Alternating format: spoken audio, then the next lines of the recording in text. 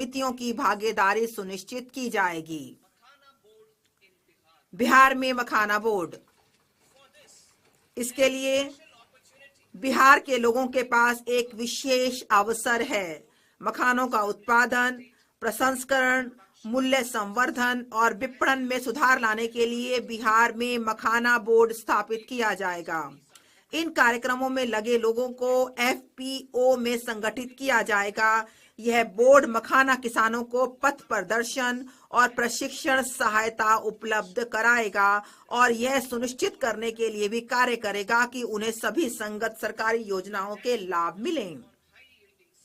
राष्ट्रीय उच्च पैदावार बीज मिशन, राष्ट्रीय उच्च पैदावार बीज मिशन का कार्यान्वयन किया जाएगा, जिसका उद्देश्य एक, अनुसंधान परिवेश को बढ़ावा देना, 2, उच्च पैदावार, कीट प्रतिरोधी और जलवायु अनुकूलन के गुणों से संपन्न बीजों को लक्षित विकास और प्रचार करना, 3 जुलाई 2024 से जारी किए गए बीजों की 100 से अधिक किस्मों को वाणिज्यिक स्तर पर उपलब्ध कराना होगा। मत्स्य उद्योग, भारत मत्स्य उत्पादन और जलीय कृषि के क्षेत्र में विश्व भर में दूसरा सबसे बड़ा उत्पादक देश है। समुद्री खाद्य निर्यात का मूल्य 60,000 करोड़ है। समुद्री क्षेत्र की अनुप्रयुक्त संभावनाओं के द्वार खोलने के लिए हमारी सरकार अंडमान और निकोबार तथा लक्षद्वीप जैसे द्वीपों पर विशेष ध्यान देने के साथ भारतीय विशिष्ट आर्थिक क्षेत्र और गहरे समुद्र में सतत मछली पकड़ने को बढ़ावा देने के लिए अनुकूल फ्रेमवर्क लाएगी। कपास उत्पादकता मिशन, कपास उगाने वाले लाखों किसानों के लाभ के लिए कपास उत्पादकता मिशन की घोषणा करते हुए मुझे हार्दिक प्रसन्नता हो रही है।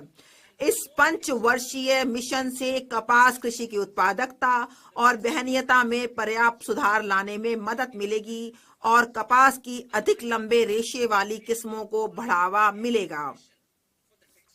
किसानों को विज्ञान और प्रौद्योगिकी की सर्वोत्तम सहायता उपलब्ध कराई जाएगी। वस्त्र क्षेत्र के लिए हमारे 5F के समेकित विजन के अनुरूप इससे किसानों की आमदनी बढ़ाने में मदद मिलेगी और भारत के परंपरागत वस्त्र क्षेत्र में नई जान फूंकने के लिए गुणवत्तापूर्वक किसान की निरंतर आपूर्ति सुनिश्चित होगी। किसान क्रेडिट कार्ड के माध्यम से अधिक ऋण, किसान क्रेडिट कार्ड के सीसी से 7.7 करोड़ किसानों, मछुआरों और डेयरी किसानों को अल्पकालिक ऋणों की सुविधा मिलती है। संशोधित ब्याज सब्सिडी योजना के अंतर्गत किसान क्रेडिट कार्ड के माध्यम से लिए जाने वाले ऋणों के लिए ऋण सीमा 3 लाख से बढ़ाकर 5 लाख कर दी जाएगी। असम में यूरिया संयंत्र, यूरिया उत्पादन में आत्मनिर्भरता के लिए हमारी सरकार ने पूर्वी क्षेत्र में निष्क्रिय पड़े 3 यूरिया संयंत्रों में उत्पादन पुनः आरंभ किया है। यूरिया की आपूर्ति और अधिक बढ़ाने के लिए नामरूप असम में 12.7 लाख मीट्रिक टन की वार्षिक उत्पादन क्षमता वाला एक संयंत्र